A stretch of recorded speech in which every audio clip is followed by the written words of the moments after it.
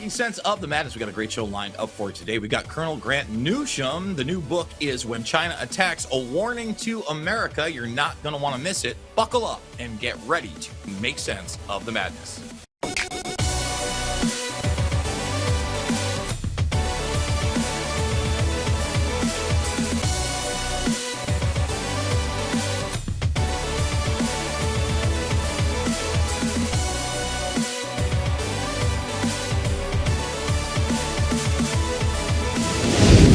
We are back. We are joined by Colonel Grant Newsham.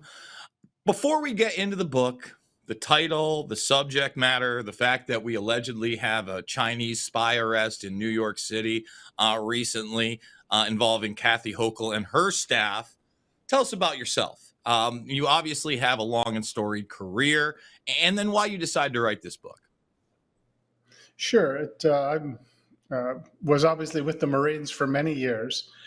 Both on active duty and as a reservist, though during the so-called war on terrorism, you could come on active duty as often as you wanted. So I had several sort of jobs or careers. Was with the Marines, was the sort of reserve head of intelligence for all of the Asia Pacific for a while. I was also the Marine attaché in Tokyo, spent 25 years almost living in Tokyo, and also helped the Japanese create their amphibious force. They didn't have one. It was considered taboo, but I and a couple others and some Japanese people thought they needed one, so we gave them one. But also I was a U.S. diplomat, was in the Foreign Service, and also was with an investment bank, Morgan Stanley, in Japan for about a decade, and also worked for Motorola. People used to know that company. It committed suicide in China. These days I remember Motorola, the original Razor, right? Before the smartphone, the flip phone that took over the world. With all that experience, I mean, not only in the military, but the private sector in Japan, you've obviously been immersed in Asian culture, although obviously there's a differing culture between Japan and China. What are those differences? What can you say about the culture there that differs from from China? Sure. Well, one is that it's hard to describe, but the Japanese are quiet, unless you really get them angered. But it's a very quiet society. People avoid confrontation. They will do anything to avoid embarrassment. And you see that at the personal level and the government level, they won't speak up for themselves. And there's a restraint there. And in China, it's the opposite. If you want to hear what people think, they'll tell you. And they'll even make it up if they need to. But there's sort of an aggressiveness in the Chinese culture that you don't find in the Japanese culture, which is strange when you think about history in World War II, etc. But maybe in Japan it's better hidden. It's really more than anything, it's the nature of the two governments. The Japanese government is a friend of the United States. It does not seek to dominate or control Asia or anywhere else. It's a democracy, a consensual government, has a legal system that works. China is none of those. It seeks to dominate the region, dominate the world. It wants to knock the United States off of its perch, and China wants to dominate. There's no legal system in China.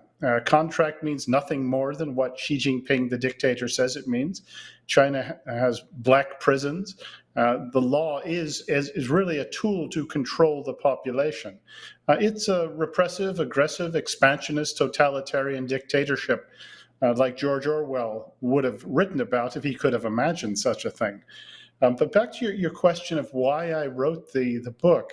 Obviously, I've spent 40 plus years looking at Asia, and a lot of that was looking at China as well. I've always looked at the whole map, even though I lived in Japan for a long time and worked closely with the Japanese and the Japanese military. And when I was asked to write the book, but once I was asked, I thought, well, what is it people would like to know? And I say the people who don't live and breathe foreign affairs, who don't live and breathe Asia, what is it about China that I think they should know? So I wrote it as if I was writing to what you'd call regular people. I suppose I'm regular people too. It's how I always write. But I wanted to explain to Americans, what is it about China that we need to worry about? What sort of trouble have we gotten into with them? Is it too late? And also to offer some solutions of how we can get out of the mess we got ourselves into. I would note that when that spy balloon came over the United States last year, that a lot of Americans looked up and they said, what is it about China? Well, this book pretty much tells you what it is about China that you need to know. Well, I want to get into the aspects that I'm concerned about China. I do want to say I don't believe that was a Chinese spy balloon. I believe the Hirsch explanation, but that's a side issue. I am worried about the fact that we have a nation of 1.3 billion people that is highly organized, has a first world military, is essentially a one-party system, and has adopted a social credit score on a mass level years and years ago. How much that's actually evolved and integral in everyday society with every citizen, I guess I don't know. I'm not there. I'm also kind of beholden to media reports. I try not to submerge myself into just somebody's opinion and what's actually going on. But really, when the World Economic Forum, which to me is just the mouthpiece for the globalist agenda, is telling everybody that China is the model, that is also a very worrying aspect. At the same time, it seems almost a dichotomy that is the society where you're saying that more people will tell you what they think and feel like they can express themselves openly, as opposed to Japan, which is supposed to have, a democratically run government for and by the people. Why do you think that is? And do you feel like the things I've mentioned are the main concerns when it comes to China? Well, first, I better the Japanese, it's by nature, are unwilling or they're resistant to letting out their thoughts, their inner thoughts, to somebody that they don't know. So that's just character. That's the nature. And in China, I do want to stress that that government is all about control, and that people are very careful what they will say because of the threat, the fear. But if you're dealing with, say, Chinese people in business or anywhere else, in a certain setting, that they're more outgoing, more gregarious, and that's a better way to put it. But the Chinese regime is all about control, and it is getting into everybody's life, and that's the nature of a communist regime. It wants to make sure that there's no threat to its power, and it has been very effective. You first using human resources to control people, what they say, and punish them if they say the wrong things. And now it has very successfully used technology to get that control into many, many parts of life. So I just wanted to point that out. It is very much it's a question. It's more sort of what do you call it? Personality is a better way to put it. And it's just different places in that sense. But in terms of the Chinese being subject to a very restrictive regime, that's the reality of China. Japan does not have that. People are not restrained from what they say. It's just they generally don't want to, unless they know you pretty well. So I just wanted to clarify that. And this is what the Chinese regime is all about. And everything is about making sure that there's no threat to the Chinese Communist Party. And they will do anything to make sure that that doesn't build up. We saw that in the response to, well, you see it in daily life all the time, but you saw their COVID response, which was their usual system on steroids, where, welding people into their apartments until they starved to death.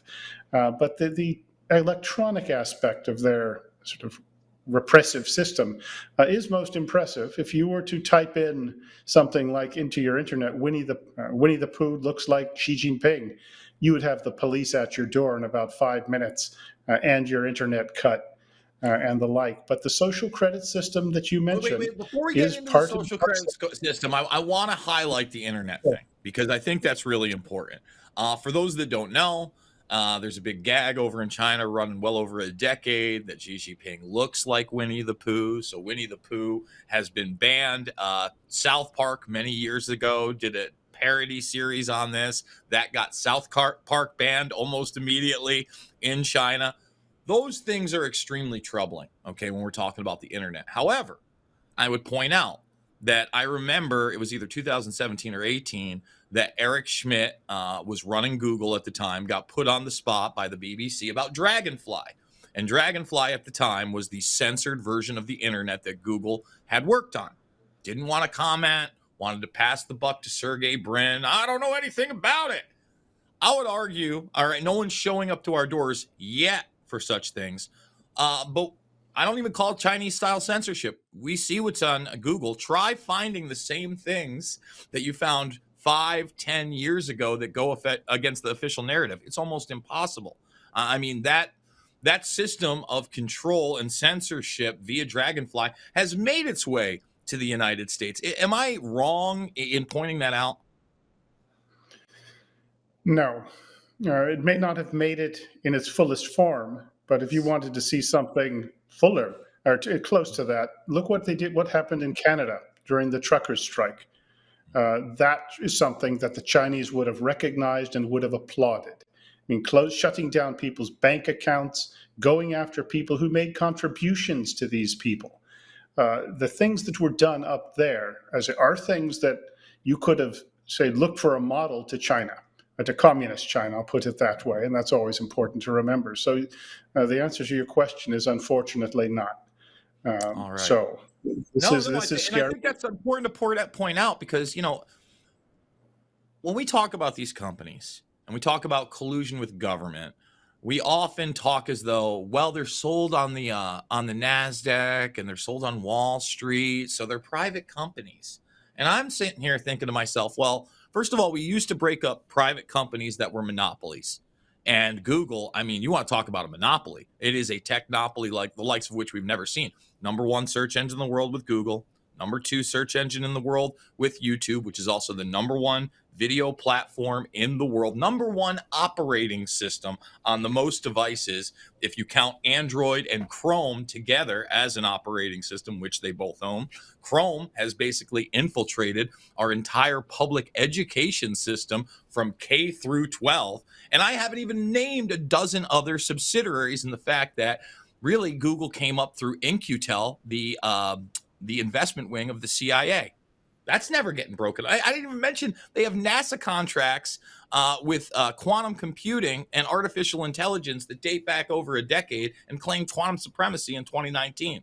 I mean, we keep going, but I don't see any hopes of that company being broken up or meaningfully regulated. Hell, I didn't even mention the fact that, a couple times you had Google employees walk out because they didn't want to program autonomous drones that would be used in warfare.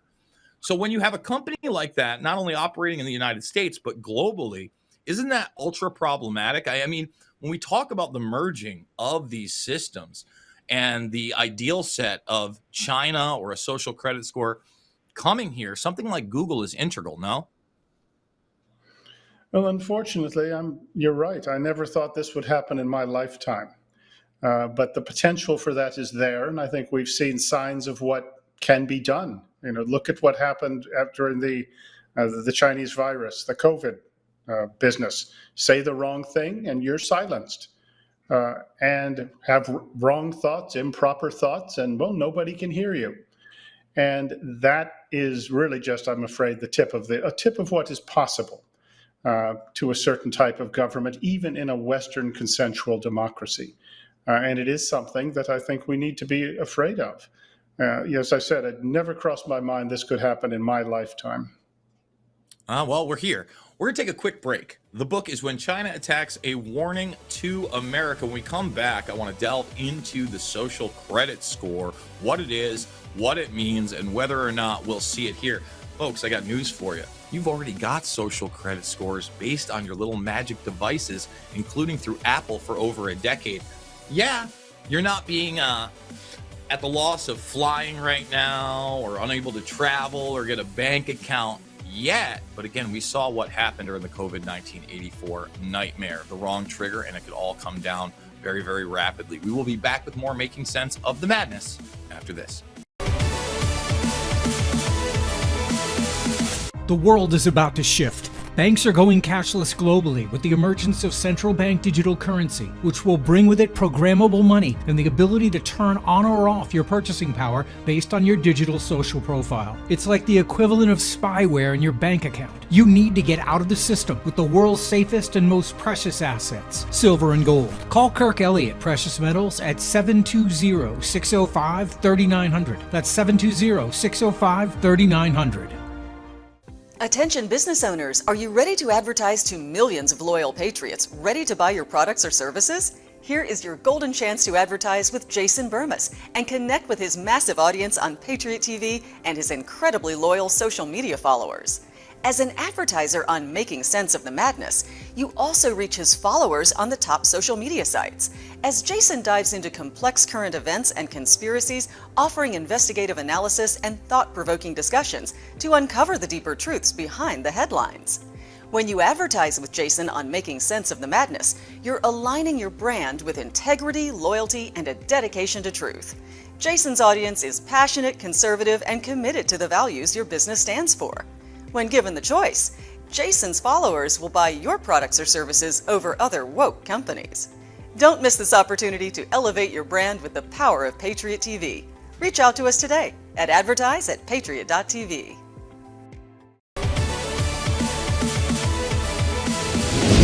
And we are back with Colonel Grant Newsham.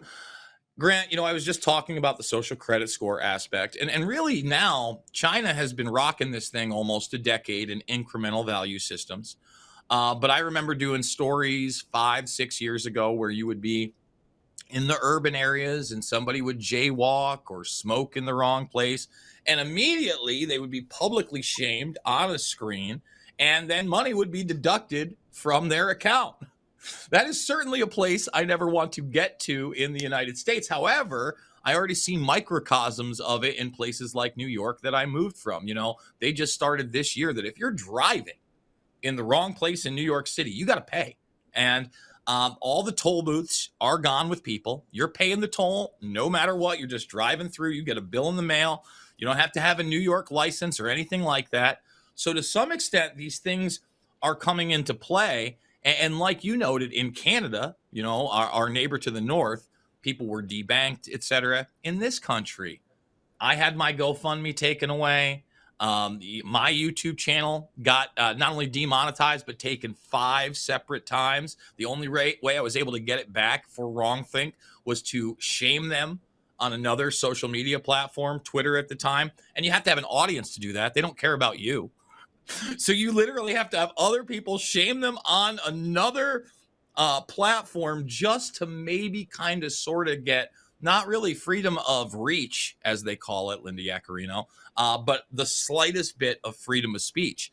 And that's the only game in town. Let's be honest. I mean, I know that some people are now making money on Rumble and Twitter.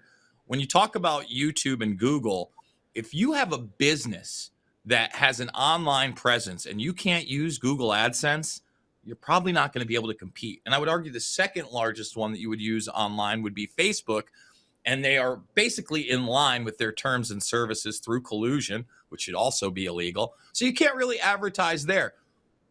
Aren't these things all kind of soft social credit scores that have already been imposed on American citizens? Well, yes, they are. You look at how we're even careful about what we write in an email.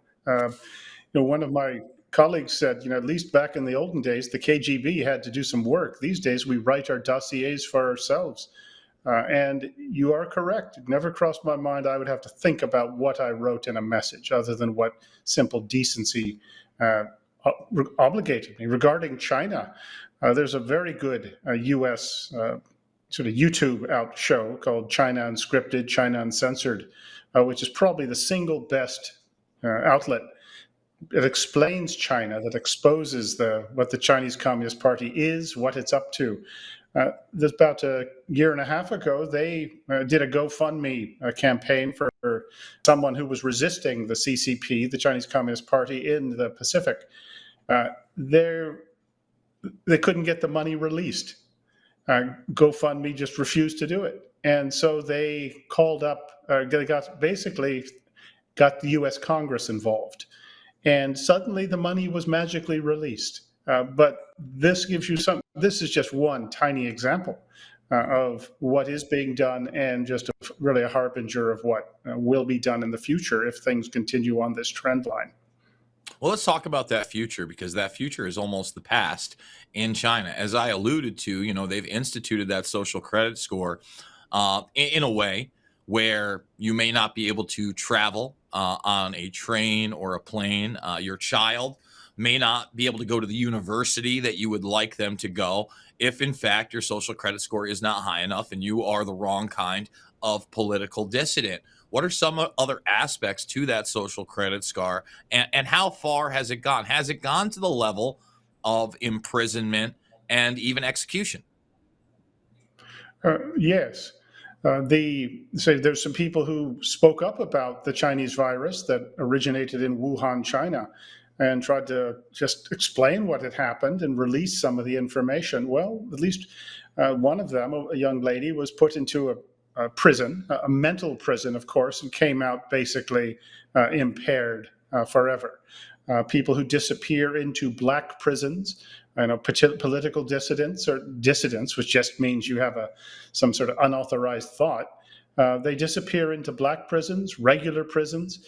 You have the Uyghurs, the Muslims from the western part of China that China has occupied. There's about 1 million of them in concentration camps. Their crime, well, big Muslim Uyghurs, potentially a threat to Chinese Communist Party control. These are a few examples, and there's just no shortage of them, actually. There's a mass roundup of lawyers probably 6-7 years ago. These were lawyers who were calling for the sorts of rights we would recognize. Mass roundup, some of them imprisoned, all of them put out of work. You had a Nobel Prize winner who was simply pushing for more freedoms in China. He was imprisoned and not given medical treatment and allowed to die. Yes, this regime will play rough, make no mistake. And when I say rough, this is like something we thought the world was done with in 1945, but not at all. Again, one of the biggest concerns I have when these things are taking place, you mentioned 1 million Uyghurs, and you still have demonstrations for years with Falun Gong in places like New York City, et cetera. You've actually seen quite a bit of Chinese Americans get behind Trump and MAGA every time I've went to cover, a Stop the Steal rally or one of those things in DC. They're there in abundance. So there does seem to be some kind of a pushback. But how meaningful is that pushback? I remember discussing this with a writer from the Epic Times before you had that arrest on the supposed money laundering, and he was from China. And, I wanted to know firsthand experience. He said, especially in the religious realms, they don't want you to worship a single deity. You just mentioned Muslim Uyghurs, and they want you to be more about spirituality in more of an open sense, and not that regimented type of religion. When you talk about the type of society that China is it pushed away from that type of monotheistic religion regardless and into that spirituality realm? And if so, why? Well, it's a good question. There is sort of a real appeal for something other than the communist belief. And communism it's a European belief, it's a foreign belief. And to pretend otherwise is wrong. But there's always been a sort of a yearning for something different. And there's been a certain appeal to communism, but even the traditional religions are things that give people satisfaction. And it is not just Islamic people that are being pressured and murdered, their organs taken. It's Christians in China as well. The Catholic Church the Roman Catholic Church has rolled over and said, yeah, you can, to the Communist Party, yes, you can authorize who our bishops are, and you can monitor us and the like. So the Chinese will allow some sort of a weird kind of Christianity to exist, but it is something that people want to have. I'd call it this yearning for freedom. It's yearning for something more than the materialism of a communist regime. What did the Chinese people think? Well, obviously, as in any society, a lot of people go along with things just so they don't get in trouble, keep their head down, like Eastern Europe used to be when the Russians were there. But there's many, many that you can see who have left China, communist China, and want to be free.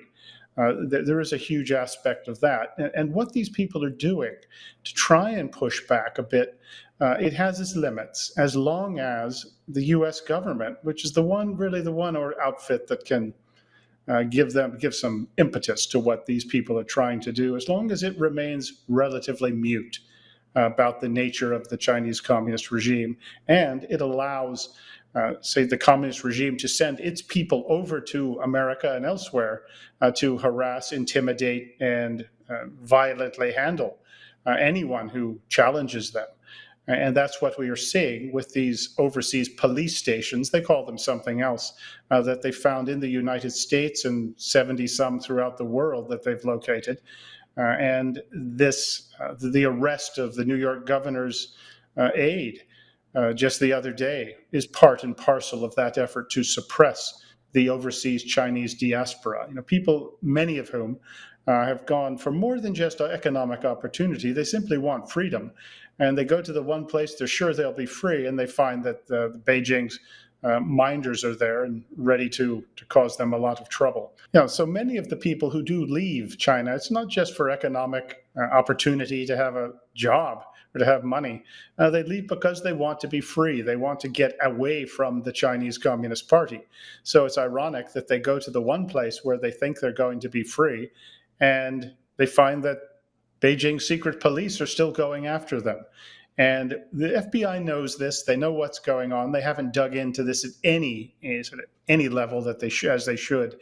But this is what's happening to them in America. So where exactly do you run?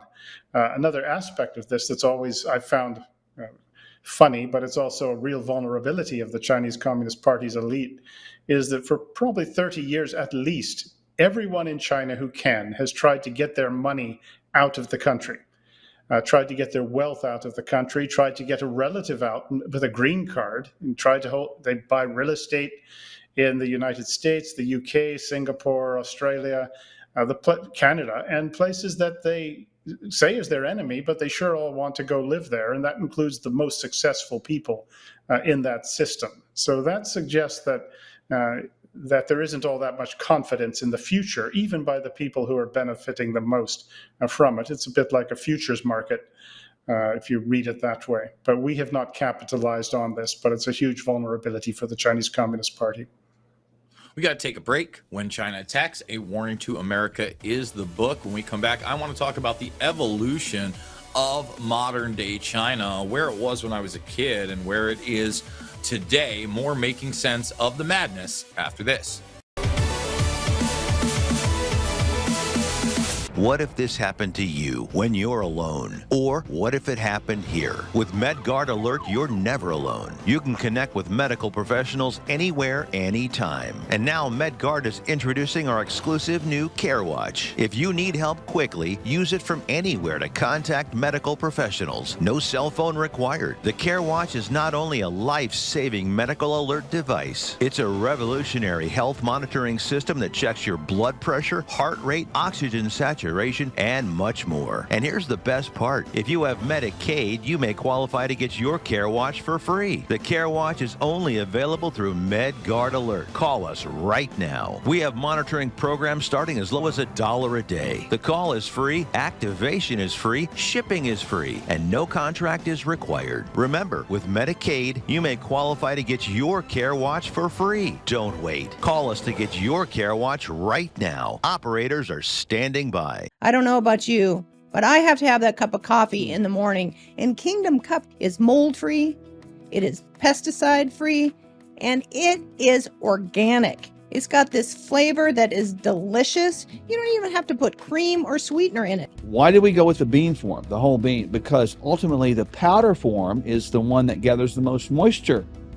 And that means the more potential mold development. This is actually organic, mold-free, certified. That's important because ultimately people drink coffee, it's cultural. And so we tried to meet the culture where it is and create a healthy alternative. Make the healthy choice for you and your family. Try mold-free, pesticide-free, and it's organic. Delicious Kingdom Cup coffee. And it's available now at the Patriot TV store. Go to patriot.tv and click on store. You'll find Kingdom Cup coffee in the health and wellness section. Order Kingdom Cup coffee at the Patriot TV store now. And we are back. Now, when I was a kid, and we were in, I remember global studies. I remember ninth grade.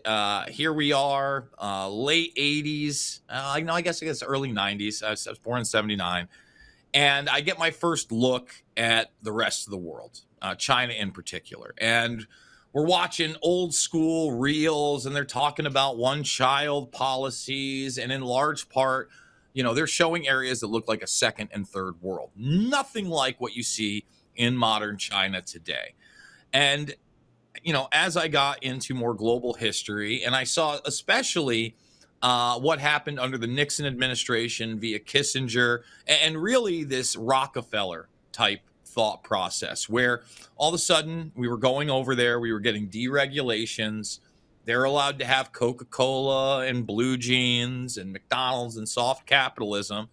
But then I've seen us as a society and government kind of slide more to the authoritarian realm. Am I crazy for thinking that? Or has it really been that slow progression from, say, the 70s into the 90s into this modern day system? You're basically correct.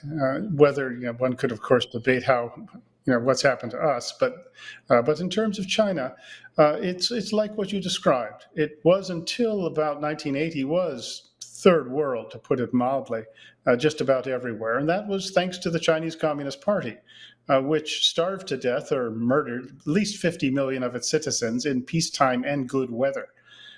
But the idea was, when the Americans got into it with Nixon and Kissinger and then subsequent administrations, the idea was that, well, if China gets economically stronger, as China prospers, it will become more liberalized. It'll become like a giant Canada, or like Canada used to be. And that was the hypothesis. So that is why the US government encouraged US businesses to pour into China, like my old company, Motorola, to go in there and make the Chinese prosperous. And that was going to cause the Chinese Communist Party to become irrelevant. Well, that didn't happen. What it did was it funded China's economic growth, and the natural industriousness of the Chinese people kicked in once the Chinese Communist Party stopped killing them in such large numbers, just let some of their, as I say, industriousness go to work. And plus American money, American technology, American business, along with Western and Japanese money, technology, and business, that is what supercharged or fueled China's growth from about 1980 to what it is today. But it also funded the People's Liberation Army, the Chinese military. So this success that we see today, that the China that you see today, is very much a creation of the West. Without it, the Chinese Communist Party doesn't have any special sort of economic wisdom that would have allowed them to turn China into what it's become. But you also have to remember that this idea that China is a huge shining success is actually an illusion, in large part. And there was a prominent Chinese official who just a couple of years ago, he noted that in a speech that, well, he said something like 600 million Chinese still live on $5 a day or less. And that is not much money. So if you get away from the Shanghai, the Shenzhens, that and into other parts of China, you will see some places that still look pretty miserable. So it's hard to call it a great the success that really, I would say, Americans who are vested in this illusion of a successful China, usually there's a financial connection. It's not all it seems to be. And if you cut off that flow, continuing flow of convertible currency, US dollars, and technology, the Chinese Communist Party will be hard pressed to maintain sort of the growth that it's had. Well, aside from the poverty that you discussed, China also has overbuilt in many areas, and they have these vast ghost cities that are simply not populated.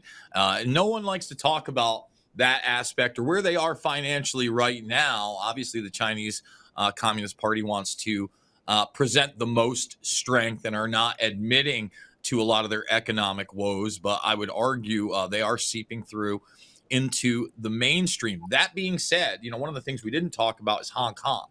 I did a story on Hong Kong just this past week.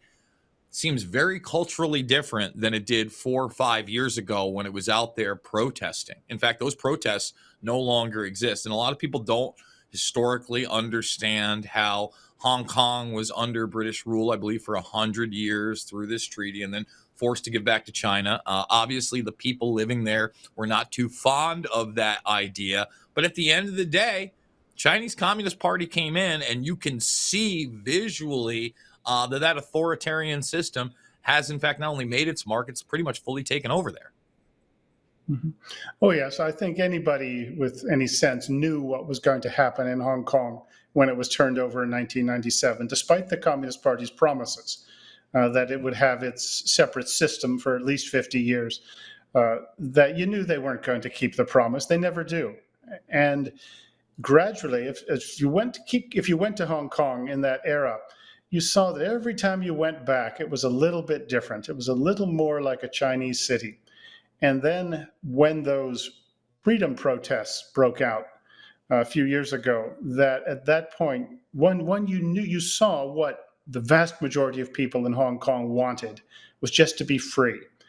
And then you knew, however, that once the Chinese communists caught their breath, that they were going to come back full force and go after anyone who was involved in that movement and use those tools of repression, use their social credit capabilities, and also the just arresting people and leaders and anyone involved in this. And you knew that they were going to be able to snuff it out. And that's pretty much what is done. There's, of course, Westerners and Western businessmen there who still hope to make some money out of it all, and they'll overlook any sort of inhumanity.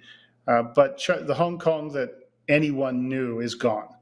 It's just become another big Chinese city. Maybe it's got just a few more years to really finish it off, but it's not at all what it was. And the custom has sort of cast this blanket over the place, and it's hard to see how that's going to open up again.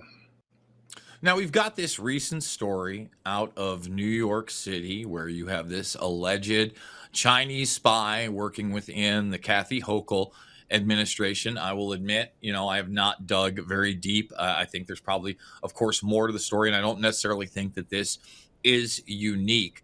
Socially, culturally, politically, economically, how far has the Chinese Communist Party infiltrated the United States? Is this the rule rather than the exception? Can we expect to find more and more of these types of people and influences in important government agencies, administrations, etc.? And one of the things that kind of alarmed me about this whole thing is this person's not in jail.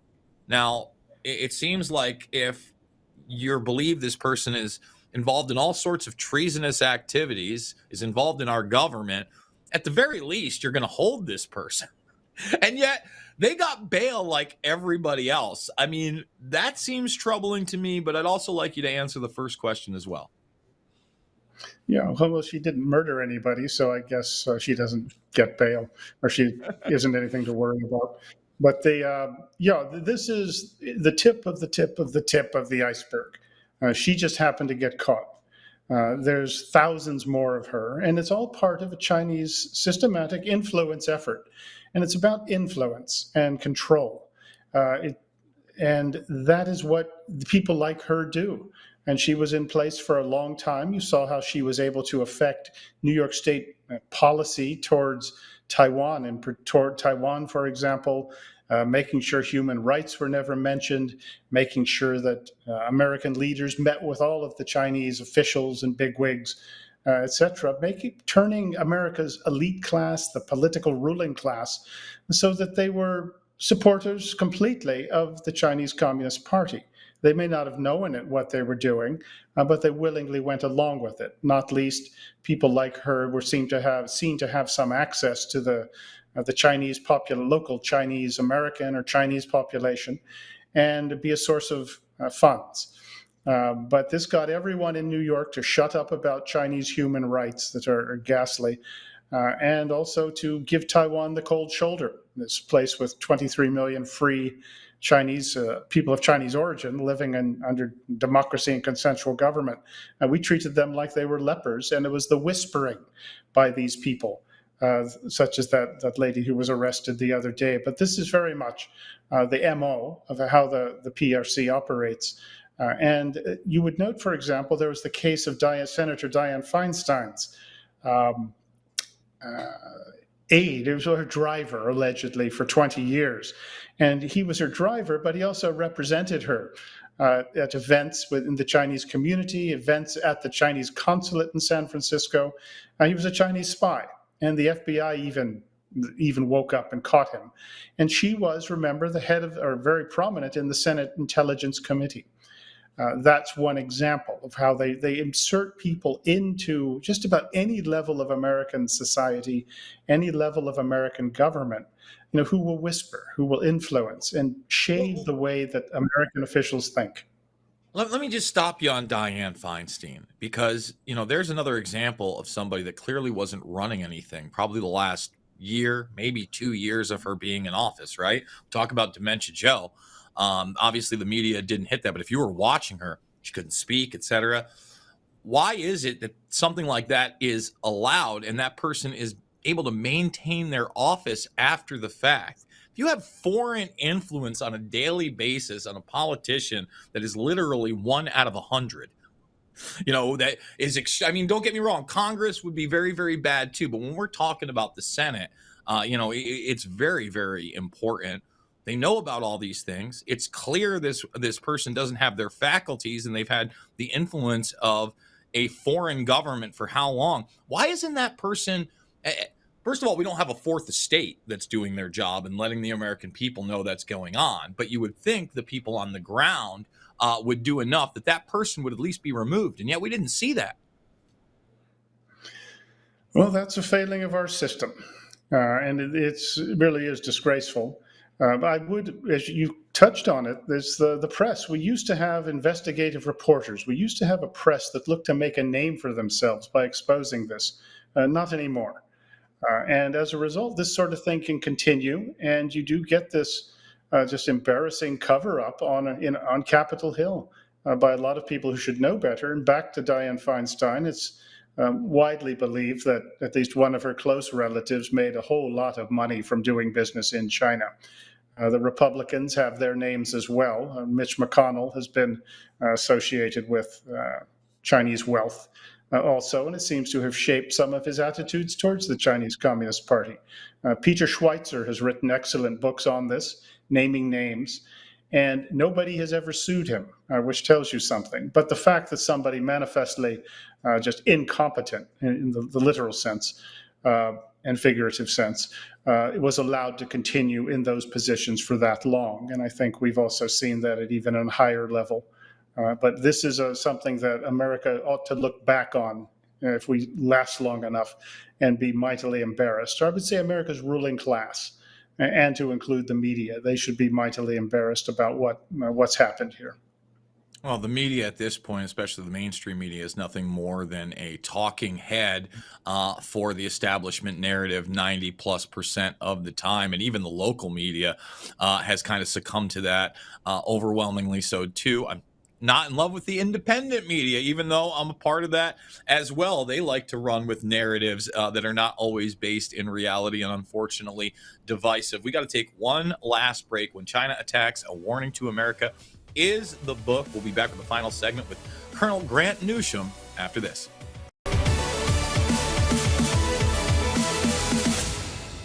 Throughout history, the spirit of patriotism has prevailed. The battles may have changed, but the values remain the same. Today, in 2024, we find ourselves at a pivotal moment where the call for unity, freedom, and a better future echoes louder than ever. For more than 10 years, Patriot Mobile has been committed to supporting the values that make our nation great. With affordable plans and reliable nationwide coverage, Patriot Mobile is not just a wireless service. It's a call to action for those who believe in the American dream. Because this year is not just any year, it's the most important year since our nation's founding. Choose a wireless carrier that shares your values. Choose Patriot Mobile.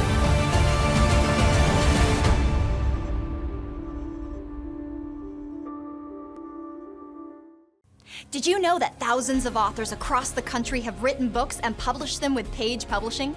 If you've written a book, Page Publishing can help you through the process. We cut through the confusion of the publishing world to make it easy for you. If we decide to publish your book, your work ends and ours begins. From copy editing and proofing to typesetting and book cover art, we get you printed, distributed, and sold on Amazon, Apple iTunes, and in bookstores across the country. We'll even help you promote your book. That's right, we do all this for you. Biography, self-help, mystery, novels, sci-fi, even a children's book. No matter what genre, Page Publishing can bring your book to life. Call today for your free author submission kit and find out how you can be the next published author at Page Publishing. Call for your free author submission kit at 855-993-2114. That's 855-993-2114.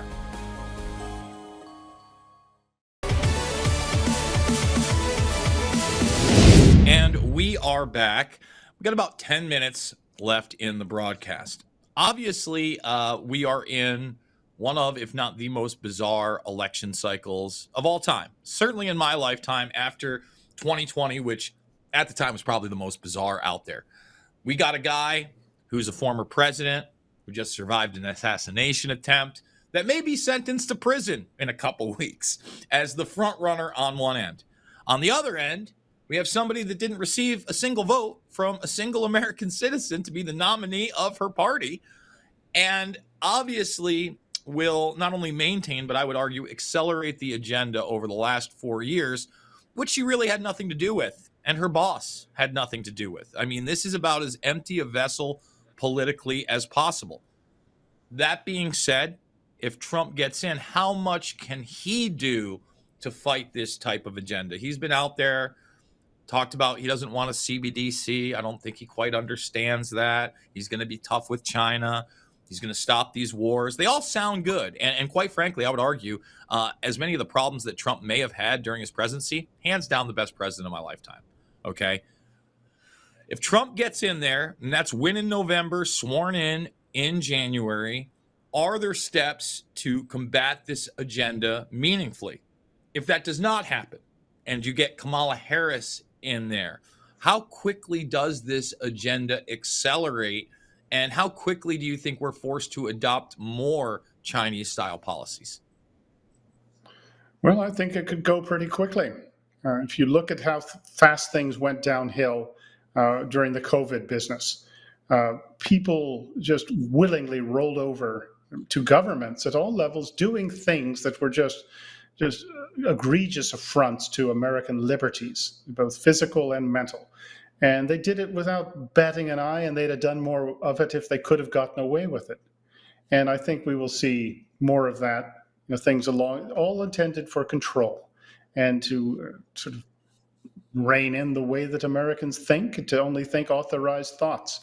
And I would point out that with the vice president candidate, Mrs. Harris's vice president Waltz, he couldn't get a job on the loading dock at the CIA or anywhere else. I don't see how he has a security clearance. If you look at his connections to China, over an extended period of time that he really hasn't explained very well. Many of his statements are extremely troubling as well. So that is, if you look at if you know how the Chinese operate their influence operations, he is just a classic case. You take somebody when they're young, you build a relationship with them, and over time you stoke it, you tend to it, and you might get lucky, and he may end up running for vice president of the U.S. Now, in terms of Mr. Trump, what could he do? He would have his work cut out for him. Make no mistake. Things have gone that far. But I would note when it comes to China, and that is the one big threat that I think we face.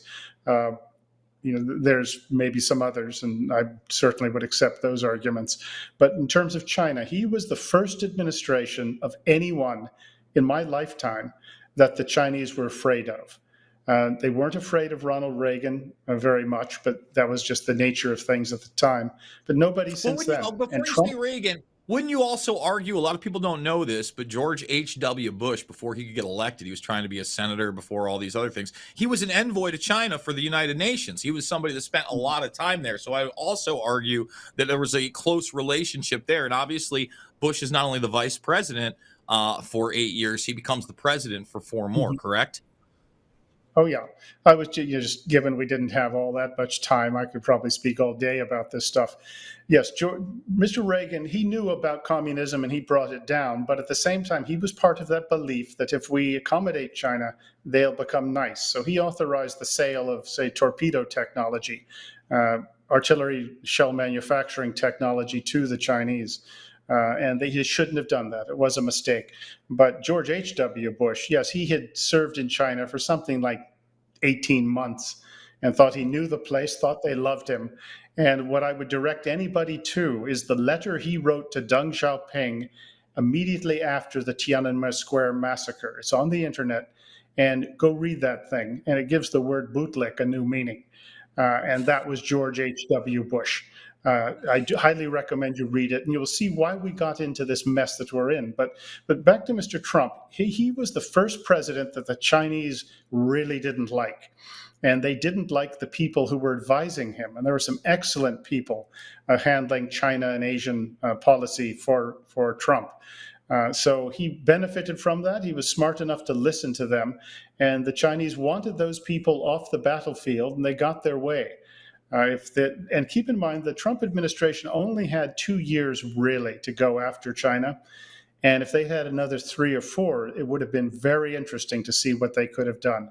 But they were the first administration to stand up for U.S. interests, to do something about the Chinese economic assault on us, this full-bore political warfare campaign against the United States. The Trump administration not just pushed back, but they made the Chinese very, very uncomfortable.